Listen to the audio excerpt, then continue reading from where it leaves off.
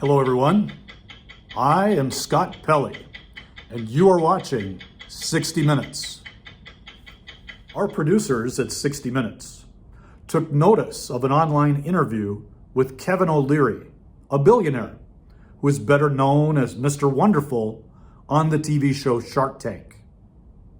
In this interview, he announces that he will be investing millions of dollars in the state of North Dakota instead of the state of New York because of government policies and politics. Let's cut to Kevin O'Leary in his own words. Most of the venture capital for the last 40, 50 years, since the mid-1950s, was highlighted in places like Silicon Valley and around the Boston area. So Massachusetts, New York, California, these were the heyday years. Nobody wants to do business in these states anymore. Let me give you an example. If I have to deploy capital, you know where I'm putting it? And I just announced this recently. I'm putting my next $45 million into North Dakota. Why? Stable policy, fourth largest GDP in America, massive tech center, a very pro-business governor in Burgum, and policy that makes sense for money. Why would I put that in New York or Massachusetts? So our producers at 60 Minutes decided to send me, Scott Pelley, to North Dakota to find out more. And here is what I found. Why are billionaires investing millions of dollars in North Dakota? Is it because of large statues of animals like this catfish that we found in Wahpeton, North Dakota?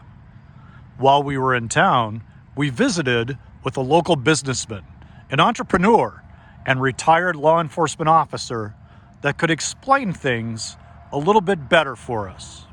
And his name is Dustin Hill. He's the owner of Burkett Customs in Wahpeton, North Dakota. Mr. Hill, you've just seen the video of Mr. Wonderful talking about state and local politics and government having an effect on business. Is it, in your opinion, do you really believe that local governments can have an influence on the success of a business? Yes, it's a very simple answer. Absolutely. It's why I'm in North Dakota and not in Minnesota currently. I had a very nice place, a shop where I could work from home. Being a retired police officer, I have some post-traumatic stress disorder issues that were being addressed while I was being able to work from home. And during the building of my business, the state of Minnesota made most of what I do illegal. And subsequently, I had to move to North Dakota, and I had to find grants that were available. And the city of Wahpeton in North Dakota went out of their way to help me with that. They made all of this possible. So yes, definitely, politics, both locally and federally, and at the state level, play a significant role in business in your community. So one state can actually say what you're doing in a business is illegal, while another state will welcome you and actually help you get started. Correct. We actually even received a PACE note loan through the state of North Dakota that pays 5% of the interest for our building, which is $1,000 a month that I don't have to give back, that allows me to have a building in my community, pay taxes, support local businesses, local people, little league games, that type of thing, because they brought me here, and I won't leave here. Mr. Hill, for decades, Americans have simply went about their business. They've worked jobs, they've went on vacations with their families, they've paid their taxes, and kind of left politics to the politicians without paying much attention. From what you're saying, do you believe that maybe Americans should keep a closer eye on governments and business and politicians? Absolutely. In 2011 to 2013, I believe, with the Smith-Mundt Act, allowed government to use subterfuge against the American people. And depending on where you look on the internet, you'll get a different answer. And that should tell you right there, it should be a clear and present no.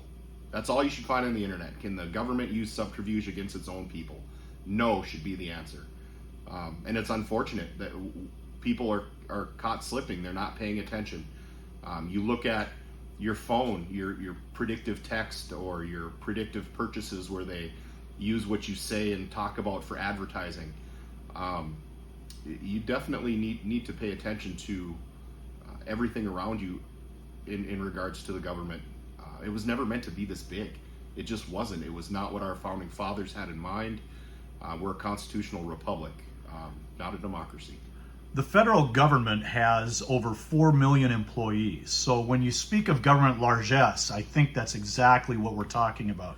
So what you're saying to us, Mr. Hill, is regardless of if you're an entrepreneur, you could be a businessman, you could be an employee, perhaps a farmer or rancher. Today we have a young audience and they're planning on going to college, maybe learning a trade, entering the workforce, or even joining the military. Anyone in America, any citizen, needs to be aware of what's going on in government, what's going on in politics, and their vote possibly matters more than ever before. You know, you're absolutely right. And I tell people, be part of something bigger than yourself. So you're locally, you want to make a difference. You see protesters burning and throwing rocks. What difference is that making? That's making people hate your cause. If you want to make a change, start at the city level. Start volunteering in organizations like Cub Scouts, Girl Scouts, Boy Scouts, baseball, hockey, any sporting events, elderly programs. There's millions of things that you can do to be part of your local government to help make a difference. And at that local level, you will see a change. And from that change, it can grow into the state level or county level, state level, and the federal level. You absolutely can make a change in a less than a generation. I've watched the world change in the last 10 years. Well, make a change for the better in the next 10. People right now are working 2 jobs and they still can't afford to buy a house.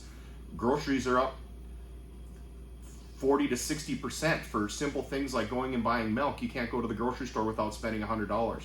The dollar is not worth what it was, both at home and abroad. There's tons of governments that are switching away from the dollar standard.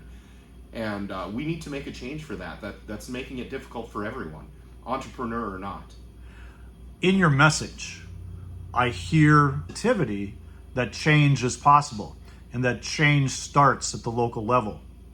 The change is always possible. I mean, the definition of insanity is doing the same thing over and over again and expecting a different response. Clicking on your phone and pretending that the world isn't in a tough state right now is difficult, and it's difficult to get across to young people. Looking down at your phone is just another way of enslavement, and you really need to look at that and say, I want to be the face of change, and be a positive force in your community and in your state and in your government. It's your country.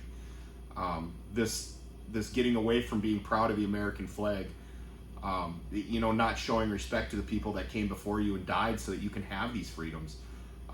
It's disrespectful and disgusting and needs to change. I love your message of civic engagement and being a good citizen. And I think from what you've said today, you've won over hearts and minds that change is possible, and it starts with the person seated in that chair. I'm wondering if you could maybe show us a little bit of what you do here at this business, a thriving business in the southeast corner of North Dakota. If you could maybe show us a little bit of what you do here. So I could see a little bit of pride in your eyes. I have kind of an interesting job. So I get to make knives and use materials that no one else uses. We also produce firearm grips and firearms in-house. We've gone to some specialized training, and we have a pretty big social media following. Briquette Customs on Instagram is pretty big. We've had our grips on the Joe Rogan show, which is, at the time, was the largest social media podcast in the nation, and he goes back and forth now between 1 and 2. We're very proud of what we do. Part of what we did, we use ancient fossils from woolly mammoth, from their teeth and their bones and their tusks.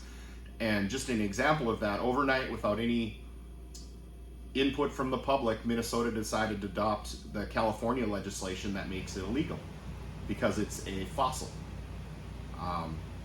My purchasing those fossils from Inuits in Alaska provides food electricity, a living wage for people on an island that would otherwise have very limited resources and things to do.